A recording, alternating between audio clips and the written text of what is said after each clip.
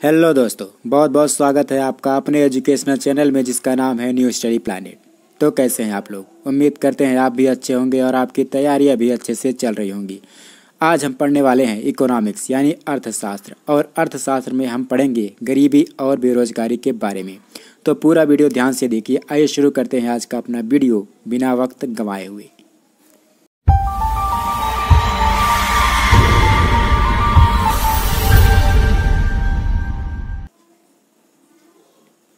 हमारा आज का पहला प्रश्न है, गरीबी क्षमताओं का अभाव है। गरीबी क्षमताओं का अभाव है किसने कहा है? हमारे विकल्प है J.K. मेहता, अमर्त्य सेन, मार्शल या फिर रॉबिन्सन। कौन सा विकल्प सही हो जाएगा? तो यहाँ पे जो सही विकल्प हो जाएगा वो हो जाएगा विकल्प बी, अमर्त्य सेन। विकल्प बी, अमर्त्य सेन हमारा सही हो जाएगा। अब गरीबी क्या है? आपको बता दें कि गरीबी वह आर्थिक और सामाजिक वंचना है जिसमें एक व्यक्ति अपनी मूलभूत आवश्यकताओं जैसे भोजन, वस्त्र, आवास आदि की पूर्ति नहीं कर पाता है। ठीक है, चलिए अगला प्रश्न लेते हैं। हमारा अगला प्रश्न है, ये भी एक कोटेशन है, जीवित रहने, स्वस्थ रहने और दक्षता के लिए न्यूनतम आवश्यकताओं को पूर्ण करने का अभाव ही गरीबी है। यह किसकी परिभाषा है? ऑप्शन है नीति आयोग, संयुक्त राष्ट्र, अंतर्राष्ट्रीय श्रम संगठन या फिर संयुक्त राष्ट्र विकास परिषद। किसकी है? तो सही उत्तर हो जाएगा, ये परिभाषा है नीति आयोग की। विकल्प ए हमारा यहाँ पे सही उत्तर हो जाएगा।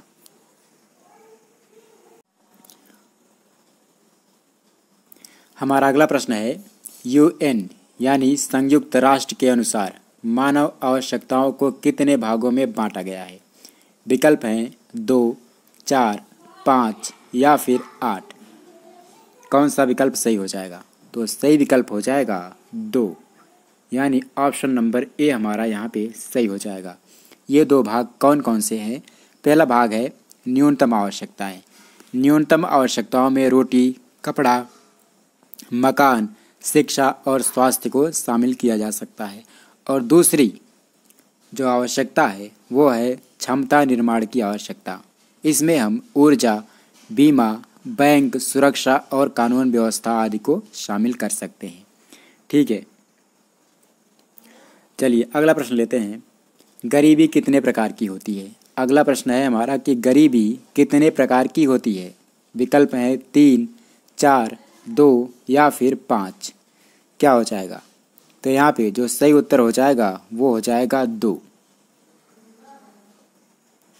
गरीबी 2 प्रकार की होती है। यहाँ पे ऑप्शन नंबर सी हमारा सही हो जाएगा। वो 2 प्रकार कौन कौन से हैं? पहला है निरपेक्ष गरीबी और दूसरा है सापेक्षिक गरीबी। निरपेक्ष गरीबी क्या है? जो व्यक्ति या समुदाय निर्धनता रेखा से नीचे जीवन यापन करते हैं उन्हें निरपेक्ष निर्धन माना जाता है। इसमें बुनियादी आवश्यकताओं भोजन, कपड़ा, मकान, शुद्ध पेयजल, स्वास्थ्य, शिक्षा आदि का जो है अभाव पाया जाता है। निरपेक्ष निर्धनता का अनुमान लगाने के लिए भारत में निर्धनता रेखा की अवधारणा का प्रयोग किया जाता है। दूसरी है हमारी सापेक्षिक गरीबी। सापेक्षिक गरीबी क्या है? समाज में औसत व्यक्ति के जीवन स्तर की तुलना में किसी व्यक्ति के उपभोग, आय व संपत्ति के अभाव को सापेक्षिक गरीबी कहते हैं। सापेक्षिक निर्धनता को मापने के लिए लॉरेंज वक्र और गिनी गुणांक की विधियां प्रयोग में लाई जाती हैं। ठीक है, हमारा अगला प्रश्न है, गरीबी मापन के लिए निरपेक्ष प्रतिमान का प्रयोग सर्वप्रथम किसने किया? गरीबी मापन के लिए निरपेक्ष प्रतिमान का प्रयोग सर्वप्रथम किसने किया? विकल्प है मार्शल, सैमुएल्सन, आर वायड या फिर मैक्स और लॉरेंज। क्या हो जाएगा? तो सही उत्तर हो जाएगा आर वायड।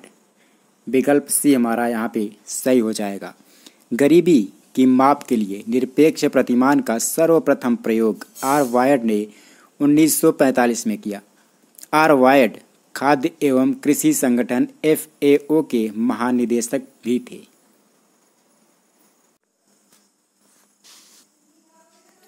हमारा अगला प्रश्न है, लॉरेंज वक्र निरपेक्ष समता रेखा के जितना नज़दीक रहेगा आय की असमानता उतनी ही क्या होगी? विकल्प हैं अधिक होगी, कम होगी, अपरिवर्तित रहेगी या फिर उपरोक्त में से कोई नहीं। तो सही विकल्प हो जाएगा हमारा विकल्प बी, कम होगी। ठीक है, लॉरेंज वक्र को वर्ष 1905 में मैक्स ओ लॉरेंज का पूरा नाम है मैक्स ओ लॉरेंज ने विकसित किया। इस वक्र का प्रत्येक बिंदु उन परिस्थितियों या व्यक्तियों को प्रदर्शित करता है जो एक निश्चित आय प्रतिशत के नीचे हैं, जिससे समाज में व्याप्त आर्थिक विषमता का पता चलता है। ठीक है, अगला प्रश्न है, गिनी गुणांक का न्यूनतम मूल्य या मान कितना होता है? गिनी गुणांक का न्यूनतम मूल्य या मान कितना होता है? 5, 1, 0 या फिर 0 से भी कम। तो सही उत्तर हो जाएगा 0, विकल्प सी यहाँ पे सही हो जाएगा। ठीक है, गिनी गुणांक लॉरेंज वक्र द्वारा प्रदर्शित आर्थिक विषमता का गणितीय मान होता है। गिनी गुणांक को वर्ष 1912 में इटालियन सांख्यिकीविद कोरेडो गिनी ने विकसित किया। इसका न्यूनतम मूल्य 0 तथा अधिकतम मूल्य 1 होता है। जब इसका मान 0 होता है तो इसका मतलब है कि राष्ट्रीय आय में पूर्ण समानता है, अर्थात हर व्यक्ति को समान आय प्राप्त हो रही है। लेकिन जब इसका मान 1 होता है तो इसका तात्पर्य है राष्ट्रीय आय के पूर्णतः असमान वितरण से है, अर्थात एक ही व्यक्ति पूरी आय प्राप्त कर रहा है, शेष को कुछ भी नहीं मिल रहा है। ठीक है, अगला प्रश्न है, गरीबी का दुष्चक्र सिद्धांत। गरीबी का दुष्चक्र सिद्धांत किसने प्रतिपादित किया? विकल्प हैं लेवेंस्टीन, रेगनर-नर्क्स, मैक्स ओ लॉरेंज या फिर लेविस। तो सही विकल्प हो जाएगा रेगनर-नर्क्स, विकल्प बी हमारा यहाँ पे सही हो जाएगा। ठीक है, इस सिद्धांत के अनुसार, ये जो हमारा सिद्धांत है गरीबी का दुष्चक्र सिद्धांत, इस सिद्धांत के अनुसार गरीबी का कारण गरीबी ही है। कोई व्यक्ति गरीब है क्योंकि वह गरीब है। ये कोटेशन किसका है? रेगनर-नर्क्स का।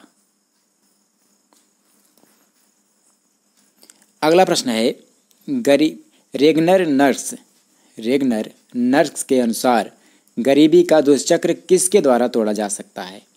विकल्प हैं अधिक उत्पादन, अतिरिक्त निवेश, कम बचत या फिर अधिक बचत।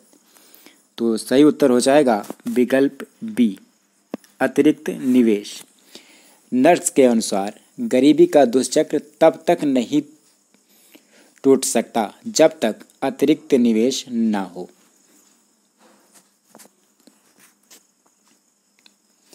अगला प्रश्न है, गरीबी रेखा वह है जो व्यक्त करती है। गरीबी रेखा वह है जो व्यक्त करती है क्या? विकल्प हैं प्रति व्यक्ति औसत वार्षिक व्यय, प्रति परिवार औसत मासिक व्यय, प्रति व्यक्ति औसत मासिक व्यय, प्रति परिवार औसत वार्षिक व्यय। क्या हो जाएगा?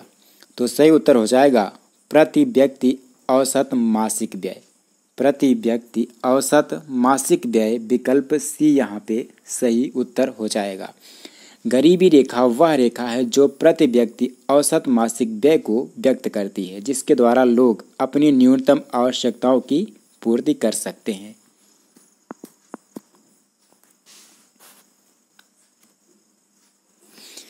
अगला क्वेश्चन है, गरीबी रेखा गणना का कार्य किसके द्वारा संचालित किया जाता है? श्रम मंत्रालय, ग्रामीण विकास मंत्रालय, गृह मंत्रालय या फिर नीति आयोग। तो सही उत्तर हो जाएगा, सही विकल्प हो जाएगा हमारा बी, ग्रामीण विकास मंत्रालय। ठीक है, अगला प्रश्न है, गरीबी रेखा का अनुमान निम्नलिखित में से किस पर आधारित है? गरीबी रेखा का अनुमान निम्नलिखित में से किस पर आधारित है? विकल्प हैं आय स्तर, उपभोग स्तर, सामाजिक स्तर या फिर उपरोक्त में से कोई नहीं। तो सही विकल्प हो जाएगा उपभोग स्तर, विकल्प बी हमारा यहाँ पे सही उत्तर हो जाएगा। आय की तुलना में उपभोग एक बेहतर मापदंड है, क्योंकि उपभोग किसी व्यक्ति द्वारा वस्तुओं और सेवाओं के वास्तविक प्रयोग को दर्शाता है, जबकि आय केवल खरीदने की क्षमता व्यक्त करती है। तो इस प्रश्न का जो सही उत्तर हो जाएगा बी हो जाएगा, उपभोग व्यय।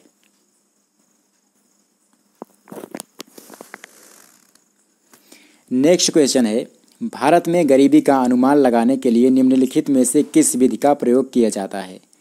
विकल्प है आय व्यय अनुपात, शीर्ष गणना अनुपात, उपरोक्त दोनों या फिर उपरोक्त में से कोई नहीं।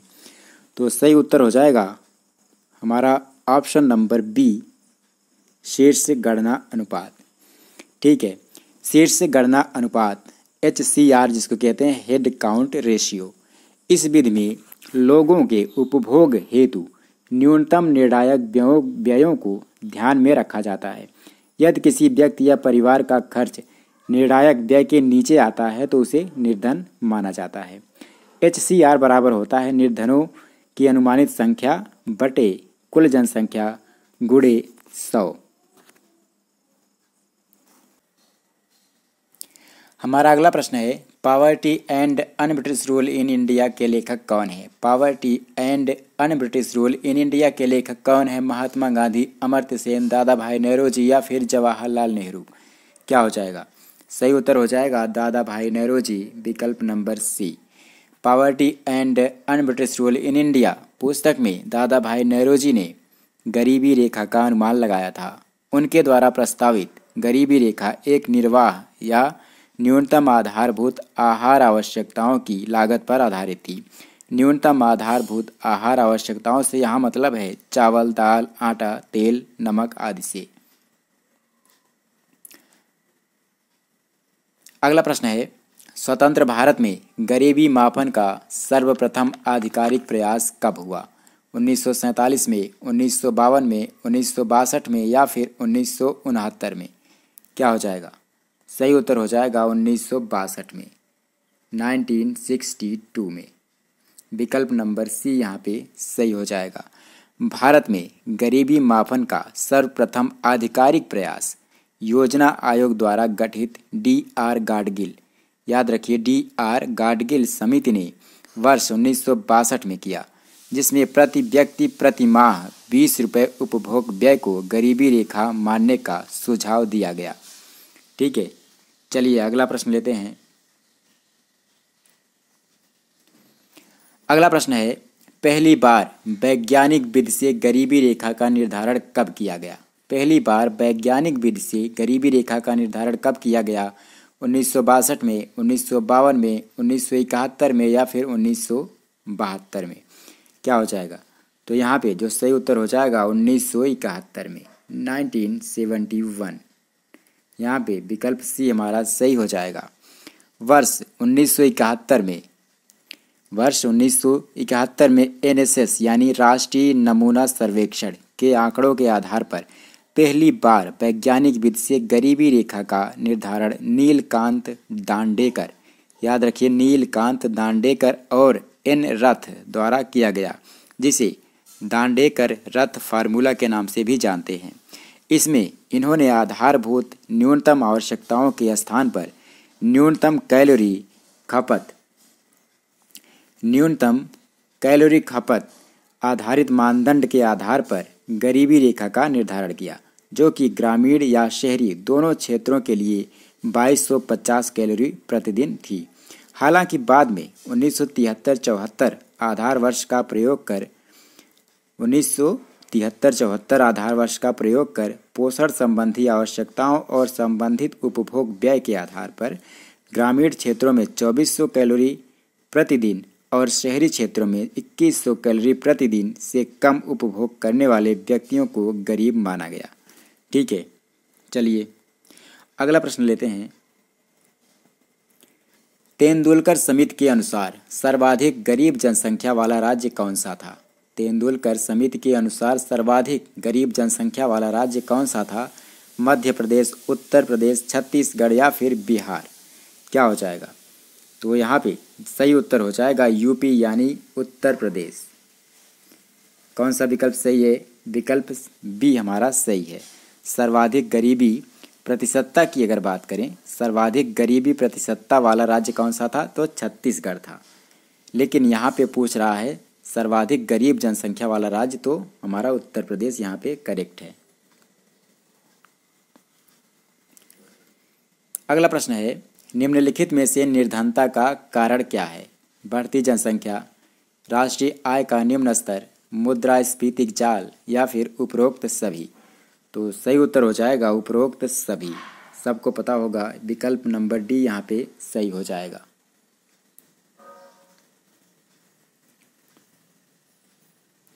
अगला प्रश्न है, रोजगार अवसर की उपलब्धता किस पर निर्भर करती है?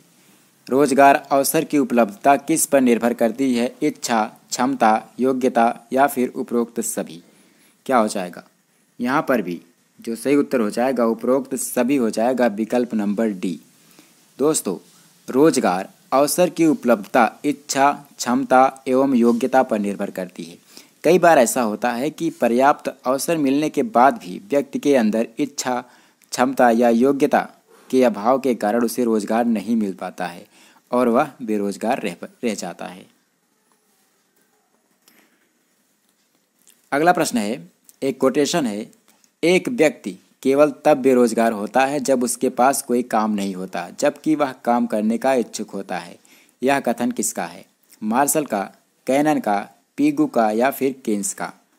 तो सही उत्तर हो जाएगा यहाँ पे विकल्प सी, पीगू का। ये कथन पीगू का है।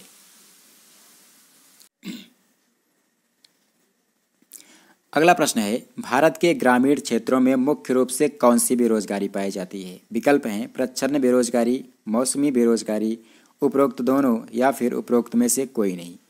तो क्या हो जाएगा? इसका सही उत्तर हो जाएगा विकल्प सी, उपरोक्त दोनों।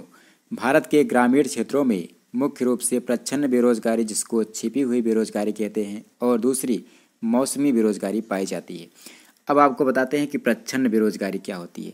प्रच्छन्न बेरोजगारी वह है जिसमें रोजगाररत लोगों की सीमांत उत्पादकता जो होती है वो शून्य होती है। जैसे किसी खेत के काम को 5 लोग अगर कर सकते हैं और उसमें 7 लोग लगे हैं तो 2 लोग जो उसमें अतिरिक्त लगे हैं वो प्रच्छन्न बेरोजगारी के अंतर्गत आएंगे, क्योंकि अगर उन्हें काम से हटा भी दिया जाए तो खेत का काम आसानी से 5 लोगों से ही हो जाएगा। यानी उत्पादन बराबर रहेगा, उतना ही रहेगा जितना 7 लोग कर रहे हैं और उतना ही रहेगा जितना कि 5 लोग कर रहे हैं। ठीक है। और अगर बात की जाए मौसमी बेरोजगारी की, तो मौसमी बेरोजगारी जो होती है मौसम परिवर्तन के कारण जब काम बंद हो जाता है तो ऐसे में जो बेरोजगारी उत्पन्न होती है उसे मौसमी बेरोजगारी कहते हैं। चलिए अगला प्रश्न है, शहरी क्षेत्रों में बेरोजगारी की कौन सी किस्म पाई जाती है? औद्योगिक बेरोजगारी, शिक्षित बेरोजगारी, उपरोक्त दोनों या फिर उपरोक्त में से कोई नहीं। तो यहाँ भी जो उत्तर हो जाएगा उपरोक्त दोनों हो जाएगा। औद्योगिक बेरोजगारी भी पाई जाती है शहरी क्षेत्रों में और शिक्षित बेरोजगारी भी। औद्योगिक बेरोजगारी क्या है? इसमें वे लोग शामिल होते हैं जो लोग तकनीकी या गैर तकनीकी रूप से कार्य करने की क्षमता या दक्षता रखते हैं परंतु उन्हें काम नहीं मिल रहा है।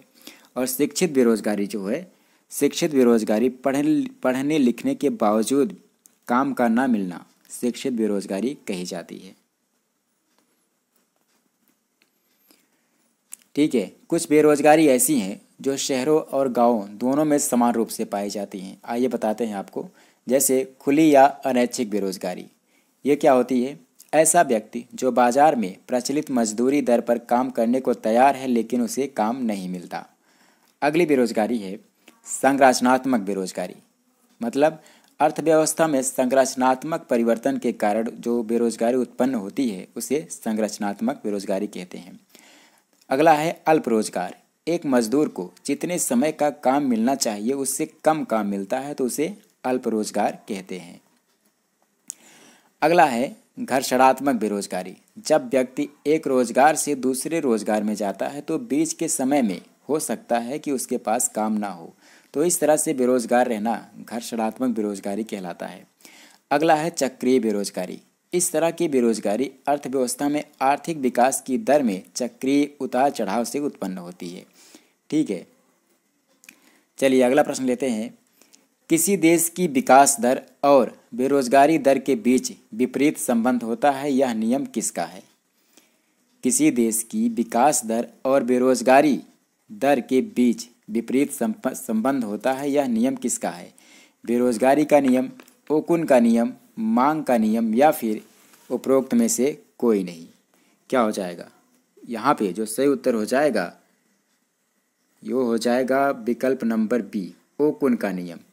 ठीक है, इस नियम के अनुसार यदि किसी देश की जीडीपी में 3% की वृद्धि होती है तो बेरोजगारी दर में 1% की कमी होगी, और यदि बेरोजगारी दर में 1% की वृद्धि होती है तो जीडीपी में 3% की कमी आएगी। ठीक है, ये नियम आप याद रखिएगा।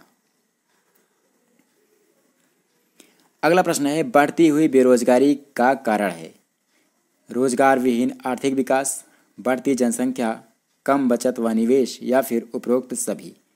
तो यहाँ पे जो सही उत्तर हो जाएगा विकल्प डी हो जाएगा, सबको पता है उपरोक्त सभी। बढ़ती हुई बेरोजगारी का जो कारण है रोजगार विहीन आर्थिक विकास, बढ़ती जनसंख्या, कम बचत और निवेश का होना है।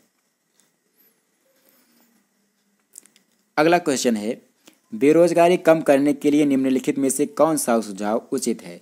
पहला है कृषि में बहुफसली पद्धति का उपयोग, स्वरोजगार को बढ़ावा देना, व्यावसायिक शिक्षा प्रणाली को अपनाना या फिर उपरोक्त सभी।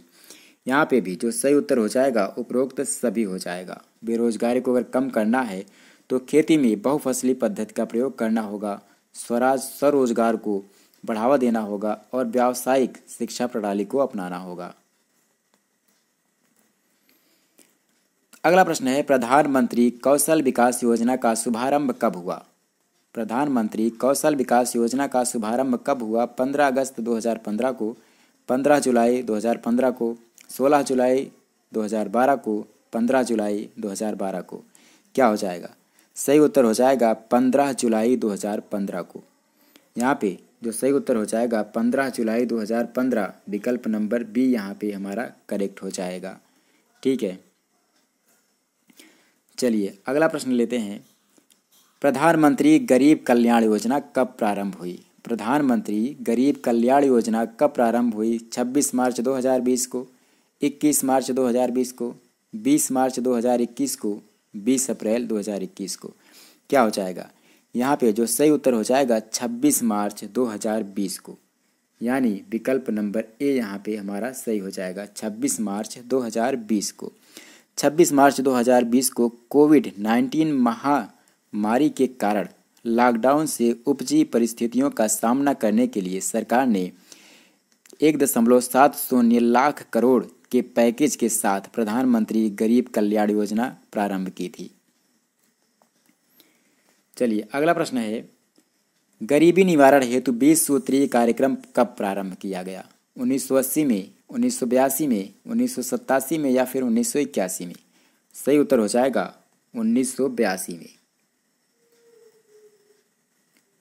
ठीक है, 1982 विकल्प नंबर बी, गरीबी निवारण हेतु 20 सूत्रीय कार्यक्रम प्रारंभ किया गया कब? 1982 में। अगला प्रश्न है, स्वर्ण जयंती शहरी रोजगार योजना की शुरुआत कब हुई?